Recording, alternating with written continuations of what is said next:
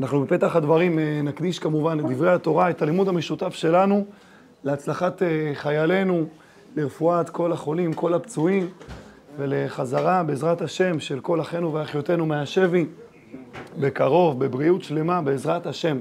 מה עם כיבוי המזגן? אנחנו... אנחנו בעד הזרמת אוויר לחדר, זה חשוב מאוד. אני רוצה לפתוח ולומר... שם, ליד הלוח שם. אני רוצה לפתוח ולומר שאנחנו בעזרת השם היום, אני מקווה שנצליח לסיים את המהלך הנפלא הזה של יוסף והאחים, וזה בעצם הסיום של ספר בראשית. אם נזכה ונצליח היום, ממעוף הציפור שאיפות גדולות. בואו נראה איך אנחנו יורדים עם הגלגלים לקרקע, אבל הרצון שלי לצלוח היום ממעוף הציפור שתי פרשות, גם ויגש, גם ויחי, ערב טוב רבי יאיר. וככה להצטרף עם הציבור בבתי הכנסת לשבת, הולכים לסיים את ספר בראשית. ערב טוב רבי דוד. אז אנחנו רוצים להצטרף על המהלך הזה. אנחנו נזכיר שאנחנו בעיצומה של אחת הפרשיות באמת העמוקות והמורכבות שמובאות ב5 חומשי תורה. אותה מערכה פנימית קשה בין האחים שמחליטים למכור את אח שלהם, את יוסף. הוא יורד להיות עבד במצרים. דבר קשה, דבר נוראי, לכאורה חטא קשה וגדול. איך אפשר למכור אח? איך יכולים השבטים, אותם צדיקים, אותם קדושים, למכור את אח שלהם? עם כל זה הוא יורד למצרים, בהתחלה מתחיל שם כעבד, אחר כך נכנס לכלא, משם מסבב הקדוש ברוך הוא שהוא עולה ומגיע להיות משנה למלך מצרים. אני פעם קודמת אמרתי לכם שאני רוצה שקצת נקרא, או קצת נדבר, על היחס של חז"ל אל החטא הקשה הזה של מכירת אחים. התלבטתי אם לצלם לכם דפי מקורות, מתוך התייעצות עם חברים בכירים משתתפי השיעור, בדיוק גבי קם. אז החלטנו שאנחנו משתדלים לומר את הדברים בעל פה, אולי חלק מהמקורות יקריא לכם בפנים, חלק מהדברים נאמר בעל פה. הזכרנו את זה מעט בשיעור הקודם ואני רוצה להזכיר את זה גם היום. חז"ל מספרים לנו שאחרי חורבן בית המקדש השני, עדיין יש רוח חיה בעם ישראל, למרות שהבית חרב, עדיין יש הנהגה רוחנית, עדיין יש הנהגה שיכולה להוביל ולרומם את הרוח של עם ישראל. אותה הנהגה התרכזה, למשל ברבי עקיבא, למשל ברבי ישמעאל כהן גדול, דמויות גדולות ומפורסמות של חכמים גדולים שהצליחו להחזיק את הרוח בעם ישראל. כשהקיסר הרומאי רואה שהוא לא הצליח לחסל את הרוח של עם ישראל בהחרבת המקדש, הוא מנסה לראות איך הוא יכול לבוא ולפגוע בעם ישראל בצורה יותר קשה. ועולה לו מזימה שהוא רוצה בעצם להוריד את הראשים, את ראשי הרוח, לפגוע באותם תלמידי חכמים שלימים מכונים 10 הרוגי מלכות, וככה לפגוע ברוח של עם ישראל. אותו קיסר מרושע עושה את זה בדרך של תחבולה, הוא לא בא פשוט ומוציא אותם להורג, אלא הוא בא ועושה את זה כביכול מתוך לימוד תורה. מתיישב אותו קיסר, פותח את החומש ומתחיל לקרוא אותו. והוא מגיע לפסוק מאוד מאוד חשוב. בפסוק הזה, בפרשת משפטים, בספר שמות כתוב, וגונב איש ומחרו, מה המשך? מוכר אחר, כמה שהדברים היום מהדהדים באוזנינו בצורה קשה. ומוכר אותו אחר כך להיות עבד, דינו מוות. לגזול חירות של אדם אחר, בשביל להסב מהדבר הזה טובות הנאה לעצמך, הדין על הדבר הזה מוות. גונב איש ומחרו מות יומת. אומר אותו קיסר, מצאתי פה עלילה טובה. הוא הולך עם הפסוק הזה, מכנס את גדולי הדור, אומר להם, יש לי שאלה מתוך התורה שלכם לשאול. אני יכול לשאול אתכם? אומרים לו, כן, תשאל. הוא אומר, אבל תענו לי בכנות, כן? אומרים לו, כן. שואל אותם, תגידו, מה הדין של אדם שגנב אח שלו, חטף אח שלו ומכר אותו? מה הדין שלו? אז הם מצטטים לו כמובן את הפסוק, וגונב איש ומחרו מות יומת. הוא מדפדף אחורה בתנ"ך, חוזר לפרשייה של יוסף ואחי, אומר להם, תגידו, אתם זוכרים את הסיפור הזה מהתורה?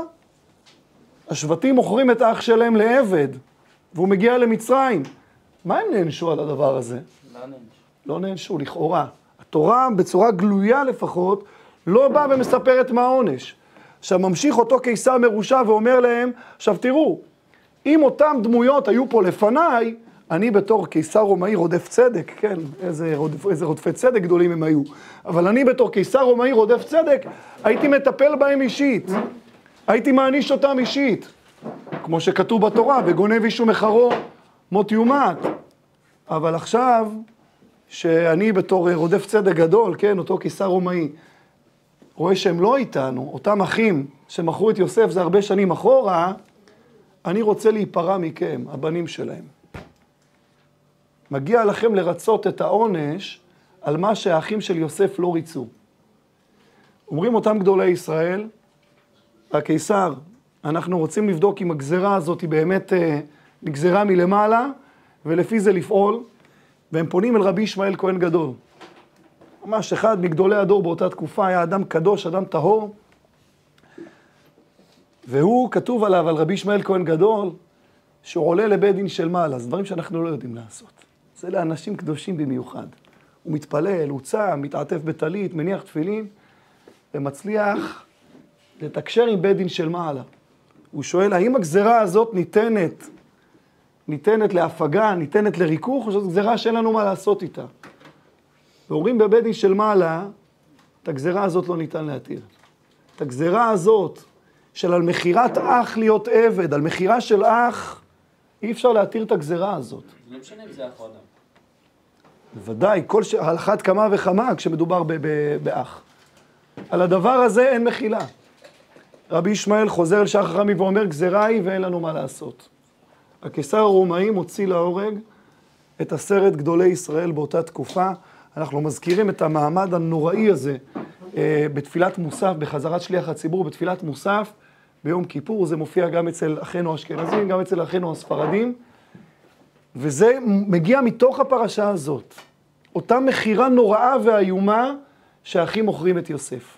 בשיעורים הקודמים עסקנו בקושי הגדול, בחטא, בטעות הגדולה הזאת, והתחלנו לעסוק בשיעור הקודם באיך יוסף, אחרי שהוא כבר במצרים, התחיל כעבד, אבל בסוף עלה לגדולה, איך הוא מנסה לנתב את האחים למערכת של תשובה, למערכת של תיקון. יוסף מנסה להפוך את הקושי הנורא שבמחירה הזאת לתיקון גדול. שמה עצרנו בפעם הקודמת, נזכיר את הפרטים האחרונים בעלילה, כי עכשיו הולכים לצלול לתוך התנ"ך. אנחנו הזכרנו שיוסף הוא כבר משנה למלך מצרים, באותה תקופה יש רעב גדול מאוד בכל האזור, גם בארץ מצרים וגם במדינות השכנות, גם בארץ ישראל. אין ברירה, אנשים מארץ ישראל, מארץ כנען, צריכים לבוא למצרים כדי לקנות אוכל. יעקב שולח את הבנים שלו למצרים לקנות אוכל. הם מגיעים, הם בעצם מגיעים בפני יוסף, הם לא מזהים את יוסף, ויוסף משחק איתם. יוסף לא מגלה להם שזהו, יוסף, הם לא מזהים אותו בתור משנה למלך מצרים, המראה שלו גם השתנה כעבור שנים, והוא מהתל בהם, הסברנו חס ושלום לא כדי להעניש אותם ולא כדי לצער אותם, אלא הוא רוצה לבחון אותם. יוסף רוצה לבחון, האם הם כבר הצליחו להתחיל ולתקן את היחס הקשה לאח. מאותה נקודה שפלה שבה הם מכרו את האח שלהם, יוסף בוחן אותם, האם הערבות שלהם גדלה. והוא נותן להם מבחן. הוא אומר להם, אתם יכולים לחזור אליי בפעם הבאה שתרצו לקנות אוכל, רק בתנאי שתביאו איתכם את בנימין. 12 שבטים, הקטן שבהם זה בנימין. יעקב אבינו, שנשאר בארץ כנען בשלב ראשון, לא מסכים לשלוח לפה את בנימין. ולמה? ליעקב אבינו יש חשבון בראש.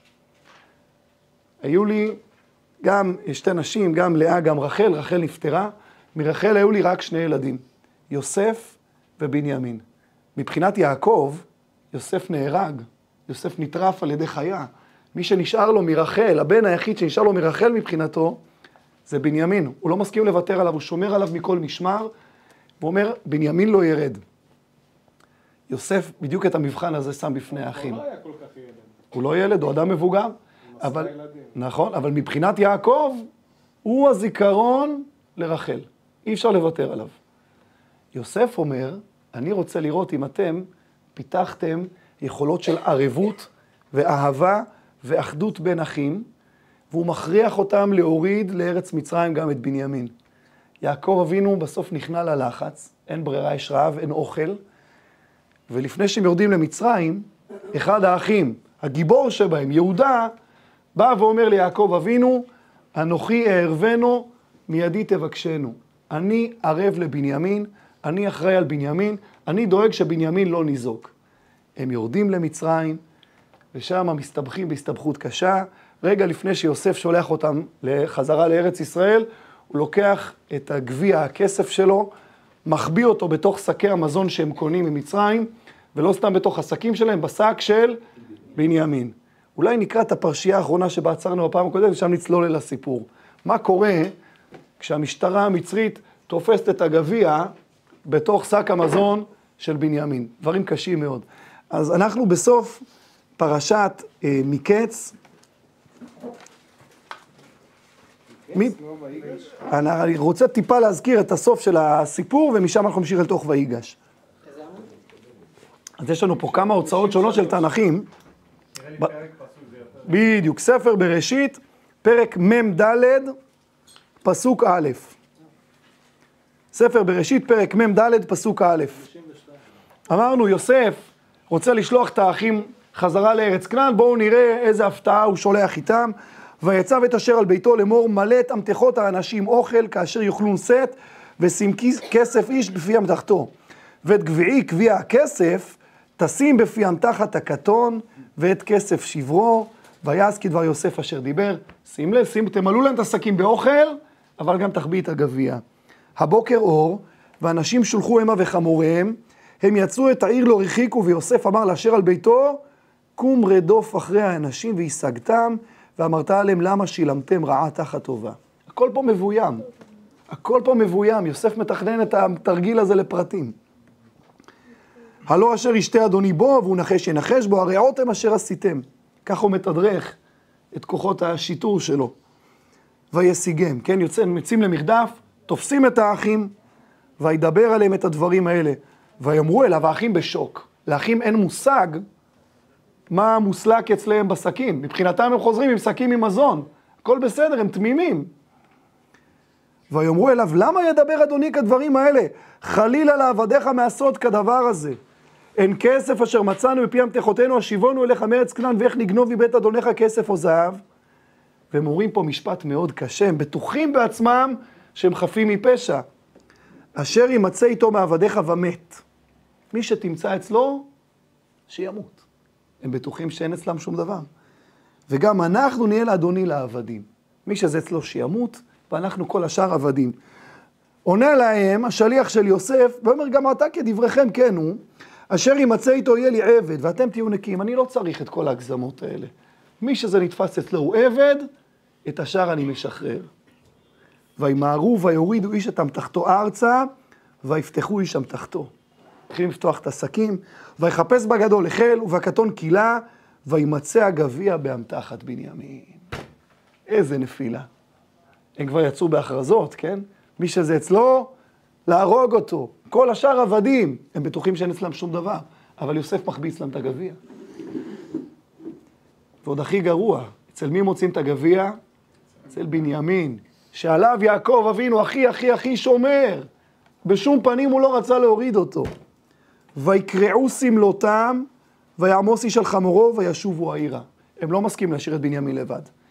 ואנחנו רואים פה עוד ניצן של תשובה, עוד ניצן של תיקון. השליח אמר, אני לא צריך את כולכם, תנו לי אחד. תנו לי רק את העבריין. לא. קורעים את בגדיהם, בתור הזדהות ואבל עם בנימין, עולים על החמורים, אומרים, כולנו חוזרים עכשיו למצרים. ויבוא יהודה ואחיו בית יוסף, והוא עודנו שם, ויפלו לפניו ארצה. ויאמר להם יוסף, מה המעשה הזה אשר עשיתם? הלא ידעתם כי נחש ינחש איש אשר כמוני. תוקף אותם. מה לקחתם? את הגביע החשוב שאיתו אני עושה ניחושים. גביע הניחושים. ויאמר יהודה לוקח פיקוד. עכשיו בעצם מהשלב הזה והלאה, יהודה, שהוא באמת המיועד להיות מלך ישראל, מתחיל לבלוט בצורה מאוד ברורה. תכף נראה, אני אקריא לכם איזה מדרש יפה שעוסק בסמכותיות הזאת של יהודה. מיועד על ידי יעקב? נכון. ידע שהוא מיועד? כן. יהודה מסומן מתחילה. זה יתבטא בפירוש, כשנראה את זה בפסוקים בפרשת ויחי, שאני מקווה שנצליח לראות אותה היום. יוסף, לא? יוסף היה... שניהם מיועדים, בשניהם יש בחינה של מלוכה. יוסף חולם את זה ממש בחלומות שלו. יהודה, התכונות שלו הם כל הזמן מתגלות כאדם גדול, כאדם עוצמתי. לפני פטירתו יעקב ממש יגיד לו את זה בפירוש. ויאמר יהודה, מה נאמר לאדוני, מה נדבר ומה נצטדק? האלוהים מצא את עוון עבדיך. הנה הוא מזכיר עוד פעם את העוון, אני יודע, יש לנו עוון. על איזה עוון הוא מדבר? על המחירה. הננו עבדים לאדוני, גם אנחנו, גם אשר נמצא הגביע בידו. אין להפריד אותנו בבנימין, כולנו עבדים. על איזה עוון מדובר? לא יודע, הוא באמת מדבר על המחירה? אין בידם שום עוון אחר לכאורה. מה, הגביע? הם יודעים שלא לקחו את הגביע. זה כבר פעם שנייה שהוא מחביא להם דברים בסכים. פעם קודמת הוא החביא להם את הכסף. זאת אומרת, זה ההוכחה שהם עשו שהוא עושה תשובה כאילו? אנחנו מתחילים לראות דיבור על תשובה, אנחנו מתחילים לראות דיבור על חרטה.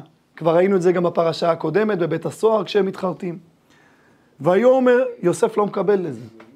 ויאמר, חלילה לי מעשות זאת, האיש אשר נמצא הגביע בידו, הוא יהיה לי עבד, ואתם עלו לשלום אל אביכם. כך הסתיימה הפרשה הקודמת. לא לוקח את כולכם. אח אחד נשאר פה, לכו הביתה. איך יעלו לשלום? עכשיו תראו, אנחנו עסקנו בשיעורים הקודמים, בכך שבעצם גם יהודה עתיד לצאת ממנו זרע של מלוכה. איזה מלך עתיד לצאת משבט יהודה? דוד המלך. דוד המלך. גם יוסף מיועד למלוכה, איך אנחנו יודעים? הוא יושב עכשיו על כיסא המלכות, הוא משנה למלך מצרים. חז"ל דורשים פסוק נפלא בספר תהילים, פרק נפלא בספר תהילים, על המפגש העוצמתי הזה בין יוסף לבין יהודה. אני אגיד פסוק, אחר כך רבי נסי יכול להשלים לנו את כל המזמור בעל פה, אני לא זוכר את הכל בעל פה. הפסוק בתהילים אומר, כי הנה המלכים נועדו. מדבר שמה, אני רוצה להקריא לכם קצת מהלשון שמה של המדרש הזה, מפגש בין שני כוחות אדירים, בין שני המלכים. איזה מלכים? יהודה, שמיועד לצאת ממנו זרע המלכות, לבין יוסף. עכשיו בפשט, שניהם נשמעים אנשים טובים, אנשים נחמדים, סימפטיים. המדרש מספר שבכל אחד מהם תמונה עוצמה בלתי נתפסת. עכשיו אני רוצה לרגע לומר איזשהו דבר. כשפוגשים מדרשי חז"ל, צריך לגשת אליהם בצורה נכונה. כשניגשים לא נכון אל מדרשי חז"ל, עלול להיווצר איזשהו יחס של זלזול. כי לפעמים המדרשים מדברים בלשון גוזמה, לפעמים המדרשים מדברים בלשון של משל, וכשלא מתייחסים לזה נכון, זה נשמע משהו מוזר, רחוק, הזוי. אנחנו הולכים עכשיו להיכנס למדרש שבכוונה מדבר בלשון של גוזמה, בלשון מופרזת, אבל הוא רוצה קצת לבטא משהו מהעוצמה, מהחשמל שהיה שם בחדר. הם עומדים בארמון של המשנה למלך, בנימין עומד פה בסימן שאלה, מה הולך לעלות בגורלו? יהודה בא ונעמד מול המשנה למלך, שתחשבו רגע על המעמד הזה. הוא במילה אחת לא נכונה, הוא מחוסל, כן? אתה לא נמצא בבית. אתה בארמון של משנה למלך אויב כרגע, מוקף בשומריו, ויהודה לא מוותר. אנחנו נקרא את הפסוקים הראשונים של הפרשה, ואז קצת מהמדרש הזה. אנחנו נכנסים עכשיו לפרשת ויגש. ויגש אליו יהודה, ויאמר, בי אדוני, ידבר נא עבדיך דבר באוזני אדוני, והליכה רבך בעבדיך, כי כמוך כפרעה. אני הולך לדבר, ניגש אליו, הולך לדבר איתך דברים קשים, אל תכעס עליי, אבל תדע לך שאם אתה מתכנן לכעוס עליי ולהתמודד איתי, כי כמוך כפרעה, יש כמה הסברים בחז"ל למשפט הזה. אחד ההסברים שמביא רש"י, כי כמוך כפרעה, אם לא תשחרר את בנימין, אני ארוג גם אותך וגם אותו. אני לא באתי לפה, נגמרו הדיבורים היפים. נגמרו ההתייפיפויות. עד עכשיו דיברנו איתך בנימוס. עכשיו, להבין את המעמד, יהודה לא נמצא בבית, ולא נמצא עם חטיבת חי"ר מאחוריו. יהודה נמצא שם עם אחיו, שהם כרגע, יכול להיות שאזוקים, אני לא יודע מה בדיוק הסיטואציה, שהם נתפסו בעוון של גניבה. אח שלהם עומד פה בסכנה נוראה, ועומד מול המשנה למלך בארמון שלו, ואומר לו, אדוני, כי כמוך כפרעה, או שאתה משחרר את בנימין, או שאני מחסל את שניכם, אותך ואת המלך שלך. אתם לא מעניינים אותי. עכשיו, אני רוצה קצת לקרוא לכם מהלשון של המדרש. המדרש, איזה מדרש זה? זה מדרש רבה, בראשית רבה. המדרש, מדרש ארוך, אני אקרא לכם קצת. מיד כעס יהודה ושאג בקול גדול, יהודה שמה מתחיל לצעוק. והלך קולו 400 פרסה, עד ששמע חושים בן דן, וקפץ מארץ כנען, הוא שאג שם איזה שאגה, ששמעו בכל האזור. אפילו חירש. אפילו חושים שהוא חירש. יפה, רבי נועם פה מעיר לנו הערה. עשה סצנה. ובא אצל יהודה ושאגו שניהם, וביקשה ארץ מצרים להפך עליהם. בקיצור, מתחילות שם צעקות, לא של איומים, אלא יהודה מתחיל שם להפגין כוח. אני קצת מדלג. אמר רבי יהושע בן לוי, אף אחיו, כיוון שראו שיהודה שכעס, הם רואים את יהודה פה מתחמם, אף הם נתמלאו חמה ובעטו בארץ ועשו את התלמים. מתחילים לפרק לו את הארמון. מתחילים לתת שם לרקוע על הארץ, והארמון מתחיל להתנדנד, הארץ מתחילה להיבקע. עכשיו, כמו שפתחתי ואמרתי, המדרש מדבר בלשון גוזמה. לא להיבהל מהמדרש. אבל המדרש בא לבטא שכל מי שעומד שם בארמון מבין שהטיפוסים שעומדים שם, הם לא אנשים שגרתיים. הם לא עוד אנשים מהרחוב. יש פה כוח עוצמתי מאוד בחדר. ויהודה אומר, עד עכשיו דיברתי יפה, אני סיימתי עם זה. עכשיו אתה משחרר את יוסף. מה הם לא יודעים? ערב טוב חבר'ה, בואו תתיישבו. מה הם לא יודעים? שגם יוסף שייך בדיוק לאותה איכות. אז יוסף מראה להם קצת משהו משלו. אני קופץ במדרש.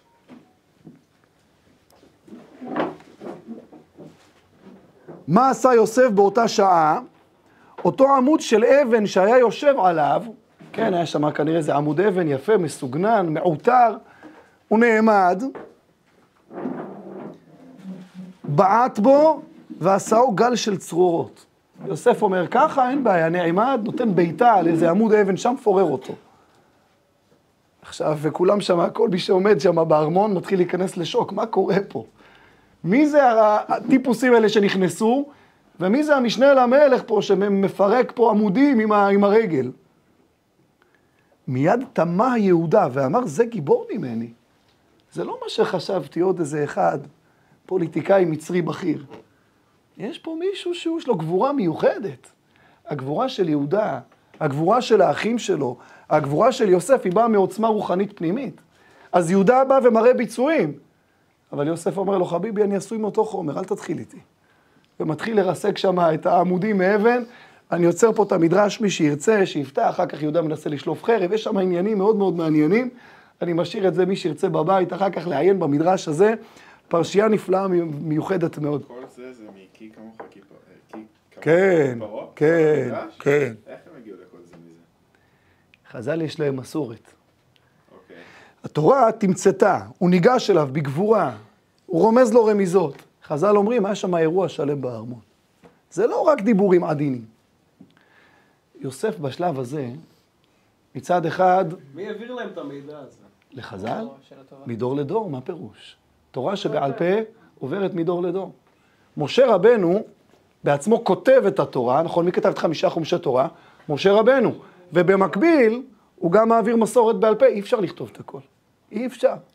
הוא כותב ומעביר ליהושע ולתלמידיו. עניין די משמעותי. נכון. נעשה סדרת שיעורים, נו תארגן רבי נועם על תורה שבעל פה, בשמחה רבה.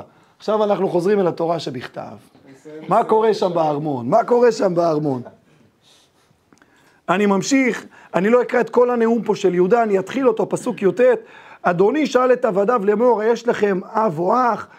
והוא מתחיל לתאר את כל הדיבורים, סיפרנו לך שיש לנו אבא, סיפרנו שיש אח, ביקשת שנוריד אותו, הבאנו אותו, אבל עכשיו נגמר הסיפור. הוא לא נשאר אצלך, אתה מחזיר אותו. אני מדלג קדימה. פסוק למדלד, הסיום של אותו נאום של יהודה, כי איך אעלה אל אבי, והנער איננו איתי, פן נראה ברע אשר ימצא את אבי.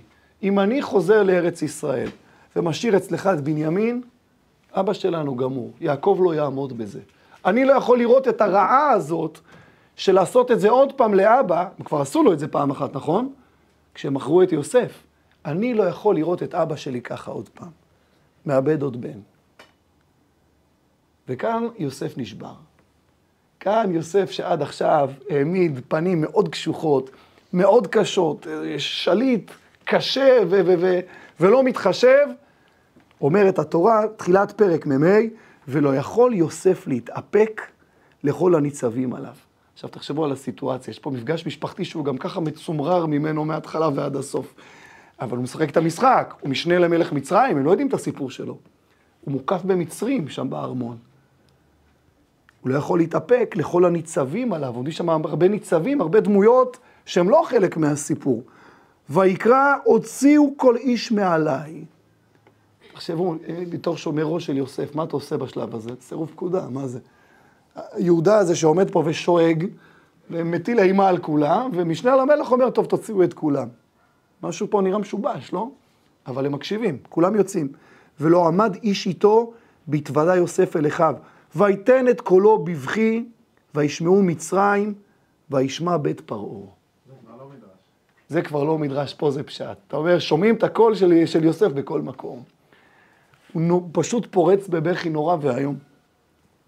ויאמר יוסף אל אחיו, אני יוסף, העוד אבי חי? מה עם אבא? איך האחים בולעים את הדבר הזה? איך אפשר לבלוע את הדבר הזה? הם הרגע באו להילחם בו, הם הרגע באו לחסל אותו. ולא יכלו אחיו לענות אותו, כי נבהלו מפניו. עכשיו הם מתמלאים בפחד. שנייה. מסתבר שהוא יוסף. אנחנו אלה שמכרנו אותו לעבד, עכשיו הוא בעמדת הכוח. מה הצעד הבא? שאומרים חסלו אותם. סוף סוף הגיע הזמן להיפרע מכם. ויאמר יוסף אל אחד, גשו נא אליי. ויגש ויאמר, אני יוסף אחיכם אשר מכרתים אותי מצרימה, ועתה אל תעצבו ואל יכר בעיניכם, כי מכרתם אותי הנה, כי למחיה שלחני אלוהים לפניכם. לא יאומן. היינו מצפים שהוא יכעס עליהם, היינו מצפים שהוא ינזוף בהם. מה עשיתם לי? אתם לא מתביישים, לפחות תתנצלו. אני האח שלכם, אתם מכרתם אותי, אבל אל תעצבו. אני לא רוצה לראות אתכם שבורים מזה. אני לא רוצה לראות אתכם עצובים מזה. למה? כי למחיה שלחני אלוהים לפניכם. זה דבר שאי אפשר לתפוס אותו. גדלות הרוח הזאת של יוסף היא לימוד ענק לכולנו. איך זה יכול להיות? איך יוסף אומר דבר כזה? תבקש שיתנצלו לפחות. כלום. זה לא אתם. עכשיו יש פסוק נוסף שיוסף אומר להם, אני רוצה שאנחנו נקפוץ רגע ונראה אותו, כי הוא קריטי בהבנה שסוגיה מאוד חשובה פה. אבל כן. אני חייב להגיד שבזכות מה שהם עשו לא מסתדר בחיים. הוא לא היה מודה להם בצורה בהפוכה. אז אני רוצה להגיד, אתה צודק, הוא הגיע פה באמת לגדולה. בזכותם. להגיד בזכותם זה מאוד מורכב. הם רצו להרוג אותו בהתחלה, הם מכרו אותו לעבד. בזכותם? זה מה שהוא אומר? אני חושב שצריך להוסיף פה משהו מאוד חשוב. בסוף הם השתחוו לו. כי למחיה שלחני אלוהים לפניכם. זה לא... הוא גם לא אמר שהוא כועס עליהם. ולא... אפילו לא הוכיח אותם על המעשים הרעים שהם עושים. אני רוצה שנראה רגע פסוק נוסף שעוד ממחיש את המבט הזה של יוסף. תדפדפו איתי רגע בבקשה לסוף הפרשה הבאה. הם חשבו שהוא כן יהרוג אותם. נכון. סוף פרשת ויחי. אני קופץ עכשיו לפרק נון, ממש הפסוקים האחרונים של החומש. פרק נון, פסוק ט"ו. אני קצת מקלקל, אני קצת מגלה את הסוף, אבל זה חיוני להבנת העניין פה. ויראו אחרי יוסף. נכון. המקום שאליו קפצנו מתאר את הרגעים הראשונים אחרי שסיימו לקבור את יעקב אבינו. יעקב אבינו נפטר, קברו אותו. עכשיו האחים אומרים, רגע, יכול להיות שיוסף ינצל את הסיטואציה שעד עכשיו אבא היה בחיים, הוא לא רצה לצייר אותו, אז הוא היה נחמד אלינו. יכול להיות שעכשיו כשאבא נפטר, יוסף יתנקם בנו. תראו מה יוסף אומר להם. כמו שעשו אמר, לא ליעקב. יקרבו ימי אבל אבי והרגע את אחי, נכון? אני קורא פרק נ' פסוק ט"ו. ויראו אחרי יוסף כי מת אביהם, ויאמרו לו יסתמנו יוסף, והשב ישיב לנו את כל הרעה אשר גמלנו אותו. עכשיו יכול להיות שזה יבוא, עכשיו הוא יגמול לנו.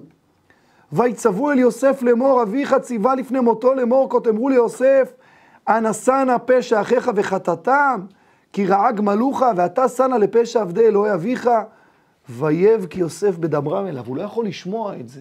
יוסף בוכה, מה זה מה שאתם חושבים? ששם אני מונח בלסגור איתכם חשבון, שאלה טובה, בלסגור איתכם חשבון? אני לא שם. ותראו מה הוא מוסיף.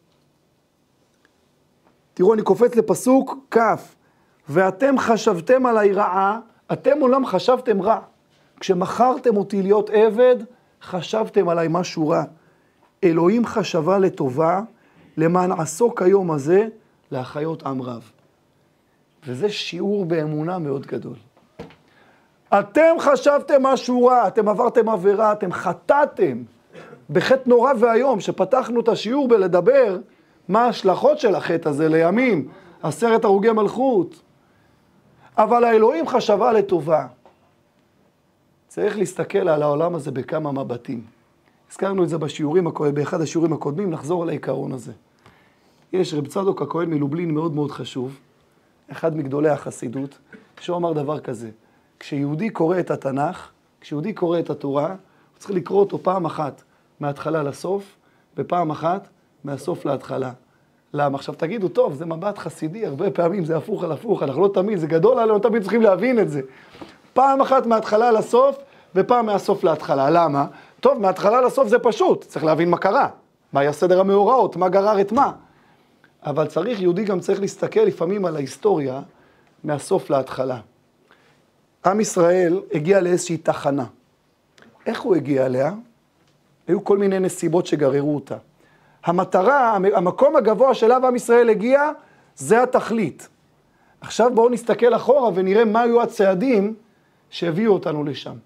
כשיוסף אומר להם את המשפט הזה, הוא מסתכל מהסוף להתחלה. וזה קצת מה שהזכרת, מה השם בבקשה? יותם. אני חושב שזה קצת מה שיותם אמר. יוסף עכשיו מסתכל מהסוף להתחלה. אני הגעתי להיות משנה למלך מצרים, והצלתי גם את מצרים, וגם את כל המשפחה שלי מלמות מרעב. כי הצלחתי להגיע לעמדת כוח של משנה למלך. זה העיקר. איך זה קרה? היה צריך שימכרו אותי, ואני ארד למצרים, ואני אהיה עבד, ומשם כל העסק. עכשיו אני שואל אתכם, טוב, אז אנחנו לומדים את התורה מההתחלה לסוף, וגם מהסוף להתחלה. בסופו של דבר, האחים צריכים להצטער, לא? הם חטאו, הם הזיקו, הם מכרו את אח שלהם. איך מתייחסים אל המעשים האלה מהעבר? אבל הם כאילו אמרו שהם הסתערו כי הם מכרו אותו, כי אמרו שהם הסתערו בגלל הצער שהם קרמו ליעקב. שאלה אם החרטה שהם ביודעים גם על עצם על מה שהם עשו ליוסף. אז באמת בפרשה הקודמת שלמדנו, בפרשת מקץ, אם אתה זוכר, ראינו שמה שהם בהתחלה שמו אותם בכלא, את כולם ביחד, והם מדברים עברית, הם לא יודעים שיוסף מבין מבין עברית טוב. יוסף, הבן שלו, כן, רש"י שם אומר שזה מנשה, כי המליץ בנותם, יש לו מאזינים, והוא שומע שהם מתחרטים, כן? כן, כן, על זה, בשומענו את אחינו, בהתחננו אלינו.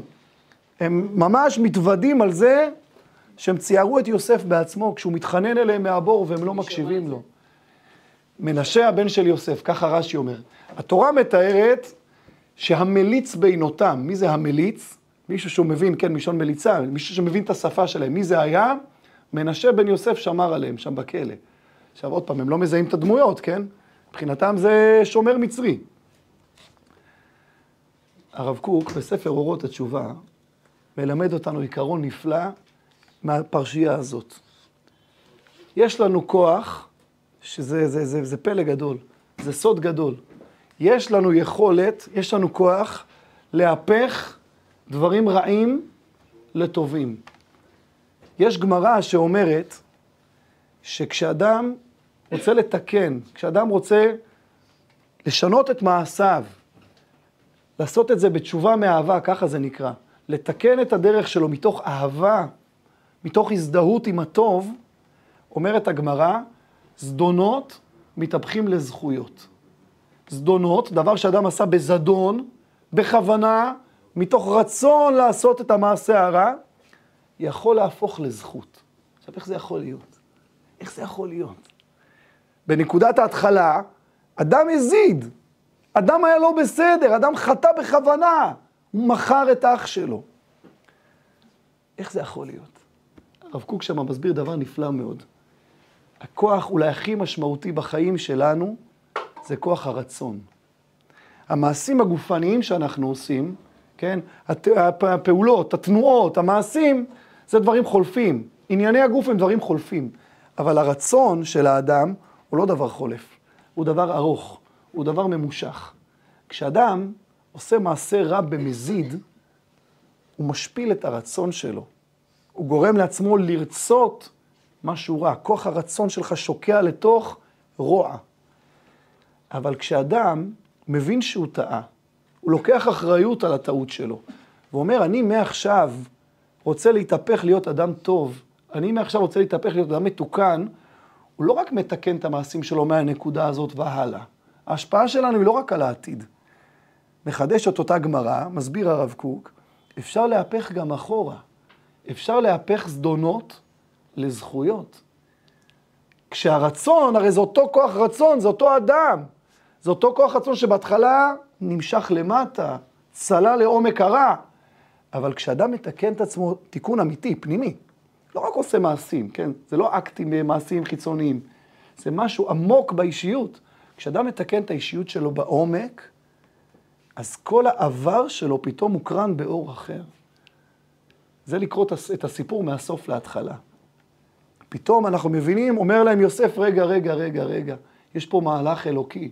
אתם התכוונתם לרע, אבל מישהו פה מלמעלה מגלגל את זה, את כל הסיפור הזה, כדי שיצא מזה משהו טוב. ואיך יודע לומר את זה יוסף? עוד שנייה אחת, בשמחה. כי יוסף רואה שהם חוזרים בתשובה מאהבה. איך הוא רואה את זה? הוא רואה את הערבות הגדולה שמתעוררת אצל האחים. הרי זה סכנה נוראה. מה שהאחים באים ומתמודדים פה ועומדים מול יוסף. תוותרו על בנימין, אין ברירה. תוותרו על בנימין, מה עדיף? שכולם ימותו. כשיהודה ניגש ומאיים על המשנה למלך, מה הוא חושב שיקרה שם? יוסף רואה שהם עברו שינוי עמוק. הוא רואה תשובה מהאהבה. תשובה מהאהבה זה תיקון, זה תשובה, זה שינוי חיובי, מתוך הזדהות, מתוך חיבור לטוב. כשהוא רואה את זה, הוא בא ואומר להם, אתם אמנם חשבתם רע, נתתם לרצון שלכם לשקוע למקום נמוך. אבל עקרתם את הרצון הרע הזה מתוככם, היפכתם את אותו רצון שעד עכשיו ירד, העליתם אותו למעלה, ועכשיו אפשר להסתכל על זה במבט אלוהי. אתם חשבתם לרעה, האלוהים חשבה לטובה. וכך אני מסתכל על זה. אני כבר לא נדבק למה שעשיתם בעבר. אני רואה את זה כאיזשהו תהליך אלוקי, כדי להושיע את עם ישראל. דיברתי מאוד ארוך, עכשיו אפשר שאלות. כן. זה לא ממש נשמע ככה, כי כשהוא פוגש אותם, הוא אומר להם איזה מהשם, כאילו, וזה מרגיש שהוא כן צריך להוכיח אותם על משהו רע שהם עשו. כאילו, לא לכעוס עליהם, ולא למתור טינה, אבל כן הם עשו משהו שהוא לא בסדר. רגע, את אומרת שהוא מוכיח, או שאת שואלת למה הוא לא מוכיח? למה הוא לא מוכיח? לכל דבר יש זמן. צריך לדעת מתי מוכיחים בן אדם. בסיטואציה הזאת, אני לא יודע איך הם נשמו בכלל עדיין. כן, ההפתעה שהם פתאום מגלים שאותו אדם שיהודה רגע גם איים עליו, זה בעצם אח שלהם שהם מכרו, והוא המשנה למלך, בסערת רוחות כזאת, זה לא הזמן לתוכחות. יהיה להם עוד הרבה שנים קדימה לשבת וללבן את הסוגיה, ואם את שואלת אותי, אני חושב שהוא גם עשה את זה איתם. אבל זה לא הזמן. הם הרי מלאים בפחד, הוא עוד רגע הורג אותנו. הוא ירוג אותנו. זה יש לו הזדמנות שלנו לנקום, והוא ינקום בנו. דבר ראשון, אנחנו אחים.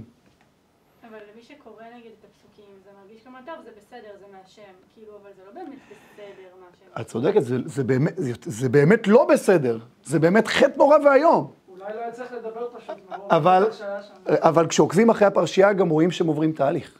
אני חושב שבכוונה התורה לא כתבה את הסיפור הזה בקיצור. היא בישלה אותו איתנו כמה וכמה פרשות. יש פה תהליך.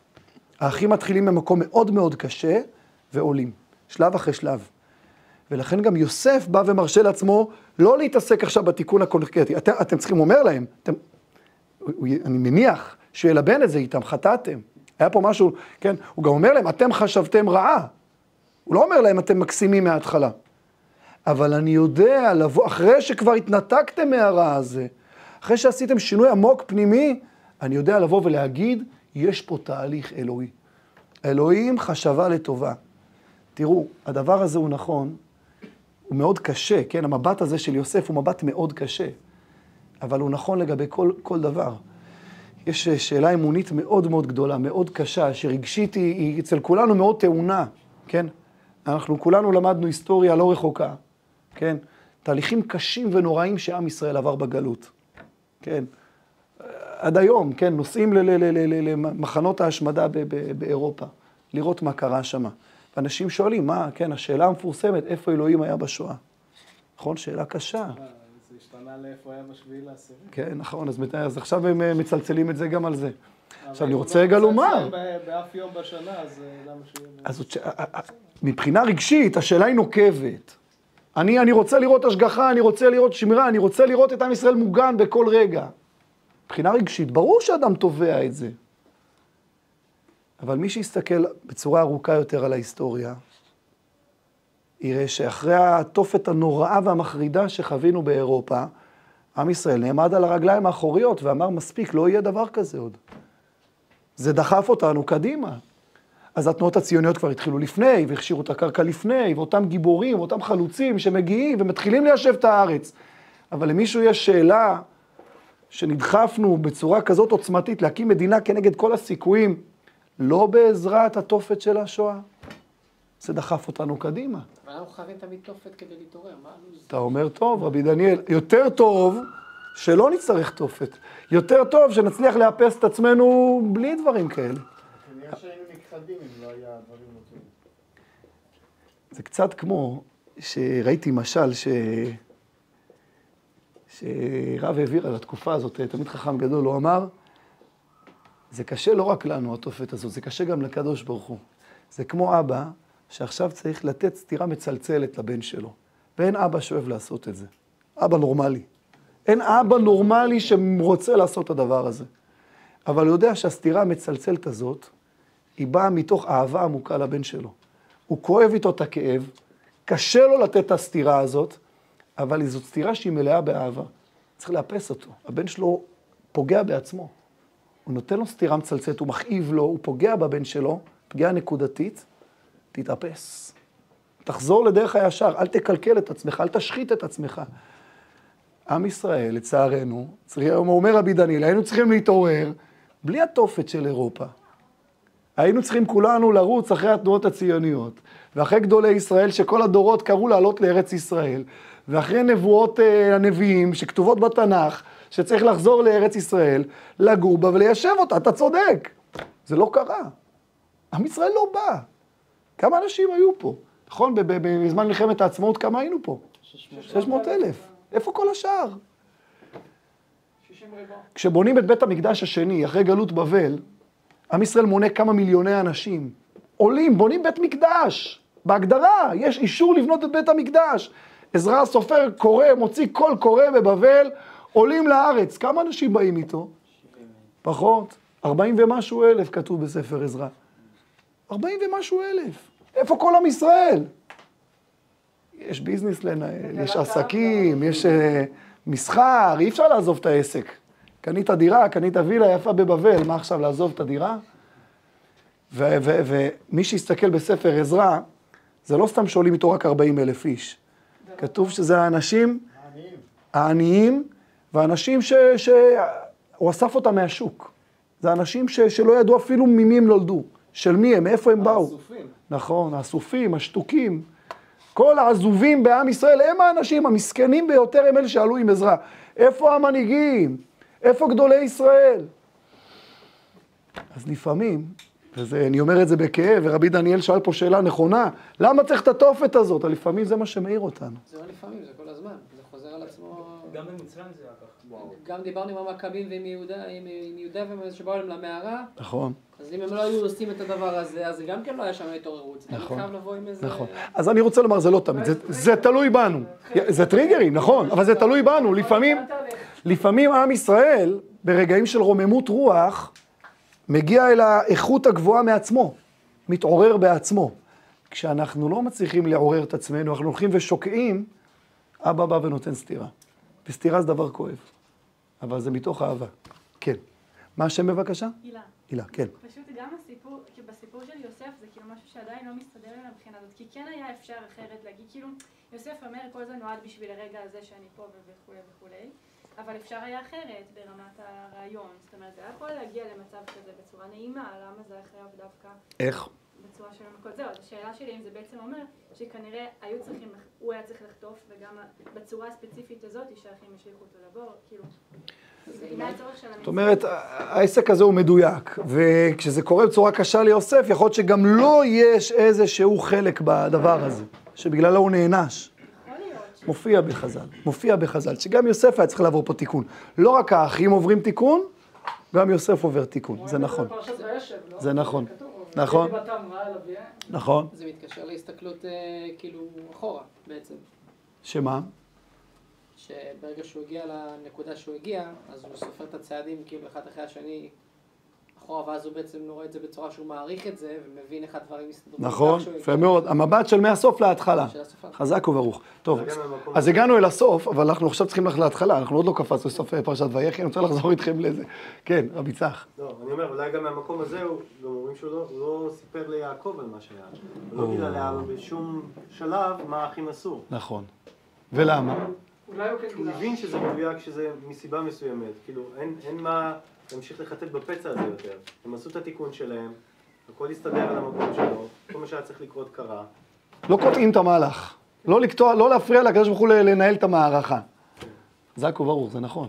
יוסף, ומשם אחרי רבי יוסף נמשיך, כי יש לנו עוד הרבה לראות בפנים. הוא סיפר, לא סיפר, חז"ל אומרים שלא סיפר, כן. למה בעצם הוא לא סיפר גם ליעקב, וגם הוא אפילו לא, לדעתי הוא גם לא ממש אמר להם את זה במובן הזה שעכשיו זה, כי הדין שלהם זה מוות, הוא בעצם לא רצה כאילו להרוג אותם. הוא יכל להרוג אותם כי זה הדין תורה. הרמב"ן שואל את השאלה שלכם, רבותיי, יש רבי משה בן נחמן, אחד מתקופת הראשונים, אחד מגדולי ישראל, הוא שואל את השאלה הזאת, והוא מציע כמה פתרונות, ומפרשים נוספים מוצאים כמה פתרונות. אחד הפתרונות המרכזיים ללמה יוסף לא גילה ליעקב שהוא שם, את המשנה למלך, שלח איזה פרש, שהודיע ליעקב, תודה רבה. זה כי חלק מהתיקון שלו, של יוסף, היה גם להתחבר אל האחים. והוא ידע שאם הוא ישלח מישהו, שליח, לארץ כנען ויגלה ליעקב, שהוא במצרים, יתחילו כל מיני שאלות. אז רגע, אבל האחים סיפרו לי סיפור אחר. האחים שלך באו אליי עם כותונת מלאה בדם ואמרו, טרוף יוסף, מה קרה פה? ויעקב יעניש את האחים. יעקב יקלל את האחים. מה זה כל העלילה הזאת? יש שיטה במפרשים שאומרת שעד יומו האחרון, יעקב לא ידע איך יוסף הגיע למצרים. יש שיטה, ראיתי את זה בשיעור של הרב איתן שנדורפי, מפרש שאומר שיוסף עד יומו האחרון הקפיד לא להימצא ביחידות עם יעקב, כדי שהוא לא יכריח אותו לספר איך הגעת למצרים. הוא השאיר אותו בחור שחור. אני לא מעוניין לספר לך. יש סיבה? שהוא לא יקפיד על האחים. כאילו עם כל החטיפה. כן. כאילו מה קרה אחרי המכירה, כאילו. אחרי המכירה הוא ראה, הפך להיות מלך. עברו את כל הספר אחרי מותו. כן, בוודאי. זה גם, רש"י כותב שזה גם היה תיקון ליעקב, שהוא הלך נכון? אז 20 שנה, כן. נכון. שלא עסק בכיבוד הורים. אתה אומר, אתה סוגר לנו את החבילה. כולם עוברים פה תיקון. האחים עוברים תיקון, יוסף עובר תיקון, יעקב עובר תיקון. אבל רבותיי, קצת פשט, הלכנו רחוק. חוזרים אל הפסוקים, חוזרים אל התנ"ך. אנחנו מדפדפים אחורה. מישהו יכול לעצור את השעון איכשהו? מישהו מתמחה בדבר הזה? עוד לא נולד הזמן הזה ש... אז בואו נחתור לפחות לסיום פרשת ויגש. בואו. אני רוצה מפה לקפוץ. חזרה, ספר בראשית פרק מ"ה, פסוק ט'. יוסף מתגלה, יוסף מרגיע את האחים, אתם אומנם חשבתם רעה, אלוהים חשבה לטובה, והוא מתחיל לחלק הוראות. פסוק ט', מהרו ועלו אל אבי, ואמרתם אליו, כה אמר בנך יוסף, שמני אלוהים לאדון לכל מצרים, רדה אליי אל תעמוד. וישבת בארץ גושן, והיית קרוב אליי, אתה ובניך ובני בניך וצונך ובקרך וכל אשר לך. וחילקלתי אותך שם, כי עוד 5 שנים רעב פן תיברש אתה וביתך וכל אשר לך. והנה עיניכם רואות, ועיני אחי בנימין, כי פי המדבר אליכם. אני רגע עוצר, הוא מצווה אותם, עכשיו תביאו גם את אבא. תגלו לו שאני חי, תגלו לו שאני במצרים, תביאו אותו. עכשיו, כשהוא שולח את האחים, הוא לא שולח אותם בידיים ריקות. אני רוצה קצת לקפוץ קדימה. שימו לב, בואו נראה את זה בפנים. פסוק כ"א, קפצתי עוד קצת קדימה. ויעשו כן בני ישראל, ויתן להם יוסף עגלות על פי פרעה, ויתן להם צידה לדרך. לכולם נתן איש חליפות שמלות, כן, וואו, עכשיו מתנהג כמו אח, מפנק אותם, נותן להם בגדים, חליפות. ולבנימין נתן 300 כסף ו5 חליפות שמלות. ולאביו שלח כזאת 10 חמורים, נושאים מטוב מצרים ו10 אתונות, נושאות בר ולחם ומזון לאביו לדרך. כבר דיברנו על זה באחד השיעורים הקודמים, שום דבר פה לא במקרה, הכל מדויק. גם המתנות שיוסף שולח מארץ מצרים לארץ ישראל מאוד מדויקות. אומר רבנו המהר"ל מפראג, 10 חמורים ו10 אתונות, שהם בעצם משולים לאחים. לא כי רוצה להגיד, האחים שלהם חמורים, זה לא המגמה שיוסף הולך בה, אלא הוא בעצם אומר בעומק העניין, כמו שחמור, הוא לא יודע מה שמים לו על הגב. אפשר לשים לו דברים פשוטים, אפשר לשים לו על הגב גם מטילי זהב. החמור, התפקיד שלו לקחת את המסע שיושב לו על הגב מנקודה לנקודה. הוא בעצם ממשיל פה משל לאבא שלו. אני מבין, אני הגעתי לתודעה כזאת, שהאחים אמנם חשבו לרעה, הם חשבו לשאת על גבם מעשה לא טוב של מחירת אח, אבל הם לא הבינו שבעצם על הגב שלהם מתגלגל מהלך הרבה יותר עמוק, הרבה יותר חשוב. הקדוש ברוך הוא גלגל על הגב שלהם את ההצלה הגדולה, שאני אהפוך להיות משנה למלך ואני אציל את כולם. אני רוצה מפה לקפוץ עוד קדימה. אנחנו מדלגים הרבה. יש פה נקודה מאוד מאוד מעניינת במפגש שלהם. בואו נראה את זה. אפשר שאלה? כן, חבוד. אני רואה פה שפעם קוראים ליעקב יעקב ופעם נקרא ישראל. נכון. אפילו באותו משפט. נכון מאוד. כי יעקב אבינו יש בו 2 בחינות. ויעקב אבינו, אנחנו יודעים, מעשה אבות, סימן לבנים. מה שקורה עם האבות, זה מעיד על המהות שלנו לדורות. וזה, שנייה. וזה בעצם מבטא שיעקב אבינו, יש לו 2 תפקידים, 2 מהויות שלא עוזבות אותו. ולכן הוא אף פעם לא מוותר על אחד השמות האלה. יעקב הוא בחינת עקב. הוא בחינה של התכנסות ועמידה מאחורה, תפיסה בעקב. יש אומרים שזה התפקיד של עם ישראל כשעם ישראל נמצא בגלות. כמו שאמרנו, לכל דבר יש תפקיד. כשעם ישראל נמצא בגלות, זה לא במקרה. זה כי אבא עכשיו רוצה שנהיה בגלות, יש לזה תפקיד בעיצוב האישיות של האומה. זה הפנים של יעקב.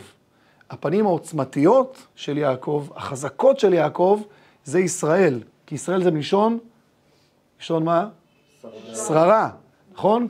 כשהוא מקבל את השם ישראל, אומר לו המלאך, נכון, גם ישר, אומר לו המלאך, כי שרית עם אלוהים ועם אנשים ותוכל. שרית מלשון שררה, אתה נלחמת, אתה באת עם עמדה, אפילו מול אלוהים, מול בני אלוהים, מול מלאכים, יש בך כוח. ביעקב אבינו יש את 2 המדרגות האלה, לפעמים יעקב ולפעמים ישראל, והדבר הזה מלווה אותנו לכל אורך ההיסטוריה. לפעמים עם ישראל נמצא בעמדה של יעקב, מחזיקים בעקב, נמצאים בעמדה מצומצמת, בעמדה כפופה, ויש לזה תפקיד. זה גם לא רק נמצאים בעקב, זה גם מתחמנים.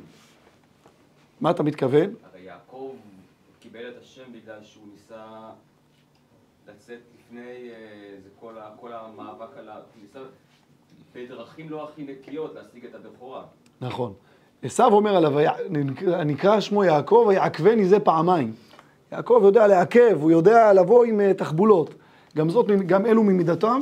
בעצם יש פה כמה מידות שונות, יש פה כמה שמות שונים של אבינו יעקב, וכולם מלווים אותו. אני רוצה מפה לקפוץ איתכם עכשיו לפרק מ"ה, פסוק כ"ח. יורדים למצרים, המשפחה יורדת למצרים. ואת יהודה שלח לפניו אל יוסף להורות לפניו גושנה. ויבואו ארץ הגושן. ויסור יוסף מרכבתו, ויעל לקראת ישראל אביו גושנה, וירא אליו, ויפול על צוואריו, ויבק על צוואריו עוד. ויאמר ישראל אל יוסף, אמות הפעם אחרי ראותי את פניך כי עודך חי. כביכול סיימתי את תפקידי, ראיתי אותך חי, זהו, המטרה הושגה. עכשיו אני כביכול יכול להיפטר מהעולם בשיבה טובה. ויאמר יוסף אל אחיו ואל בית אביו, אעלה ואגידה לפרעה, ואומרה אליו, אחי ובית אבי אשר ארץ כנען באו אליי. כן, הוא אומר, עכשיו אני רוצה להציג אתכם בפני פרעה. ופה קורה דבר מאוד מעניין. אני רוצה לשאול אתכם שאלה. בואו נראה מה קורה כשהם נפגשים עם פרעה. אני קופץ עוד קצת קדימה. פסוק ז', פרק מ' ז', פסוק ז'. ויבא יוסף את יעקב אביו, ויעמידהו לפני פרעה. מפגש מאוד מעניין. אבא של המשנה למלך נפגש עם מלך מצרים. ויעמידהו לפני פרעה, ויברך יעקב את פרעה. ויאמר פרעה אל יעקב, כמה ימי שני חייך? שאפשר להגיד, זה קצת לא מנומס, לא? נכון, משלב מסוים כבר לא שואלים בן אדם בן כמה הוא. נכון? לא מנומס. ויאמר יעקב אל פרעה, ימי שני מגורי, 30 שנה, 100 ורעים, היו ימי שני חיי, ולא השיגו את ימי שני חיי אבותיי בימי מגוריהם. יש פה בעיה, בתחילת הפרק דיברו על בין 147 או משהו כזה. אז מה הבעיה? עכשיו הוא 130? לא, זה בוואי. כי אני בלבלתי אתכם, אני קפצתי מבין הפרשות, רבי נועם. עשיתי לכם הטעיה. בין 147. תנועה קרקעי. כן? יפה. עכשיו, אני רוצה לשאול אתכם רגע שאלה. שאלה כפולה. א', מה זה השאלות האלה של פרעה? אתה רואה בן אדם מכובד, מה זה ישר, בן כמה אתה? מה, כאילו, רגע, בוא. מה זה הדבר הזה? והתשובה של יעקב היא לא פשוטה. 100 ורעים היו ימי שני חיי, ולא השיגו את ימי שני חיי אבותיי בימי מגוריהם. תשובה קשה. היו לו חיים קשים. אומר רבי ליאור, דוגרי הוא אמר, היו לי חיים קשים. אבל זה הסיכום של החיים של הצדיק הזה, של בוני האומה, הוא מוליד את 12 השבטים. הוא מסיים אותם במצרים בגלות. הוא לא זוכה שהברכות יהיו... זה הסיכום. הוא היה גם קצת טוב בדרך. היה קצת, אבל... אז אפשר לדבר עליו. באמת היו לו טראומות. איך הוא נקרא? רדפו אחריו, יעקב. הוא סיים את החיים כאילו...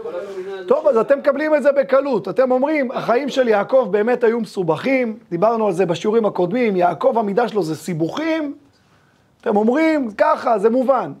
תדעו לכם שהמדרש אומר שיעקב אבינו על המשפט הזה, איבד 30 ומשהו שנים מחייו. ככה מדרש רבא אומר, שכנגד כל מילה ומילה, גם שדיבר פרעה וגם שדיבר פה יעקב בדו-שיח הזה, איבד יעקב על כל מילה שנה מחייו. אני לא זוכר כמה, זה חושב 37 שם המדרש אומר. מפחיד. יש ביקורת, המדרש אומר, איך אתה, אדוננו הקדוש, יעקב אבינו, מסכם ככה את חייך? 100 ורעים? 100 ורעים? בחז"ל... בחז"ל יש ביקורת על המשפט הזה של יעקב. כיוון אחד. כיוון הסברה שונה, מאוד יפה, ראיתי דברים יפים שכתב הרב אלישע אבינר. הוא אח של הרב שלמה אבינר, אח צעיר שלו. הוא מלמד בישיבת מעלה אדומים. מאוד מאוד יפה. הוא מביא, אני רוצה להקריא לכם את זה, מחילה שלא צילמתי את זה לפניכם. אני צילמתי את זה לפניי, אני רגע אקריא לכם את זה. הוא מביא פה ציטוט מאוד יפה מתוך ספר אורות של הרב קוק, ומשם הוא רוצה להסביר איזושהי נקודה. כותב שם הרב קוק על עם ישראל. ארוכים הם חיינו, וארוכים הם על כורכך דרכינו. גדולים אנחנו, וגדולות הנה משוגותינו. משוגותינו הכוונה שגיאות. אנחנו אנשים גדולים. עם ישראל זה אנשים גדולים. אדם גדול גם עושה טעויות גדולות. ובשביל כך גדולות הן צרותינו. מצד שני, וגדולים תנחומותינו. בעם ישראל הכל גדול. בעם ישראל הכל עוצמתי. החיים גדולים. זה עם של נצח. זה עם שחי דורות רבים. העליות הן גדולות והירידות הן גדולות. הוא מביא פה מתוך מאמר של הרב קוק, אני לא אקרא את כולו, אבל הוא אומר דבר יפה. כשיעקב אבינו בא ואומר לו מעט ורעים ימי שני חיי, ולא השיגו את ימי שני חיי אבותיי, הוא בא להגיד לו פרעה אתה מבולבל. פרעה, אתה בא ושואל אותי בן כמה אני, למה פרעה שואל את זה? מסבירים חז"ל שפרעה מסתכל עליו ויעקב נראה לו זקן. יעקב נראה לו נורא זקן. למה? כי באמת היו לו חיים קשים. נכון? אמורים להגיד ככה כביטוי, אתה עושה לי שערות לבנות, נכון? אתה גורם לי לקושי, אתה גורם לי לצער, אתה גורם לי הוא לא היה ילד. נכון, אבל באותה תקופה חיו הרבה שנים. לנו זה נשמע גיל מופלג, אתה אומר גם ככה. יכול להגיע גם ל-200 ומאות שנים. יכול להגיע הרבה מאוד, יעקב אבינו היה 175 נפטר. אתה במתמטיקה זה לא משהו, אתה יודע, תמיד יש לו ספר. פרעה מסתכל עליו ואומר, אתה נראה לי מאוד זקן. אומר לו יעקב, כן, אני נראה לך זקן, כי החיים שלנו גדולים, כי אני עסוק במשהו גדול, במשהו אינטנסיבי, בלהעמיד אומה גדולה, וגם הצרות שלי הן גדולות. אבל תדע לך שהחיים שלי עוד לא הגיעו לימי שני חיי אבותיי. אל תתפוס אותי ברגע, אני עוד לא השלמתי את הייעוד שלי. אל תתפוס את עם ישראל כמשהו של, תצלם אותו עכשיו ברגע ותעצור. יש פה מהלך ארוך. מסביר את זה בעצם. רק האבות והאימהות יש להם את זה. שני חיי, מה? המינוח הזה. אני לא בטוח, צריך לבדוק את זה. אני חושב שמופיע לגבי עוד דמויות. מסביר פה הרב קוק, בעצם בא ואומר לו, אני נראה, אתה רואה אותי, אני נקודה על המפה הזאת. אני חוליה אחת מהמפה הזאת. חיי זה יעקב וישראל. אתה אומר גם וגם. כן, לא, כאילו, חיי יעקב. יכול להיות שהוא חלק את החיים שלו שניים. אני שומע. לא חייבים להגיע עד לשם, לא חייבים להגיע עד לשם. הוא בעצם בא להגיד לו, עוד לא מיליתי את יהודי, לעם ישראל עוד יש דרך ארוכה. אז יש ביקורת עליו או שזה... אז הבאנו פה שני צדדים. במבט אחד, חז"ל אומרים יש ביקורת. הסיכום הזה, כשהוא מופיע ככה בצורה פשוטה, הוא סיכום קשה. מה, רק להגיד את הקושי, רק להגיד את הרוע? צד שני אומר, מסביר הרב קוק, לא, הוא מבטא פה משהו אחר. הוא בא לבטא, פרעה, אני נראה לך מסכן, אני נראה לך עכשיו זקן מקומט וקשה לי, אל תראה את זה ככה. אני עוד לא סיימתי את הייעוד שלי, והעם הזה עוד לא סיים את הייעוד שלו. אתה רואה עכשיו חוליה אחת של קושי, של ירידה לגלות, של יעקב שקפצה עליו זקנה, שהוא נראה מאוד זקן. אבל לא הגיעו ימיי לימי שני חיי אבותיי. הדרך שהאבות שלי יעדו לי, הדרך שהעם הזה עוד צועד, היא דרך הרבה יותר ארוכה, הרבה יותר רחבה. אל תחשוב שהחוליה הזאת היא חזות הכל. יש פה עוד משהו הרבה יותר גדול. אנחנו להיום נעמוד כאן. למדנו פה שיעור מאוד מאוד גדול מאבותינו הקדושים, מעשה אבות סימן לבנים, שכמו שיוסף הצדיק מסוגל לרומם את המבט ולבוא ולהגיד, יש קושי, יש משבר, יש חטא, יש נפילה, אבל זה חלק ממהלך אלוקי גדול. אתם חשבתם לרעה, האלוהים חשבה לטובה, למען עסוק היום הזה, להחיות עם רב.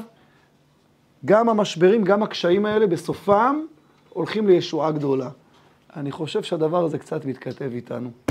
אמן וכן יהי רצון. ערב טוב.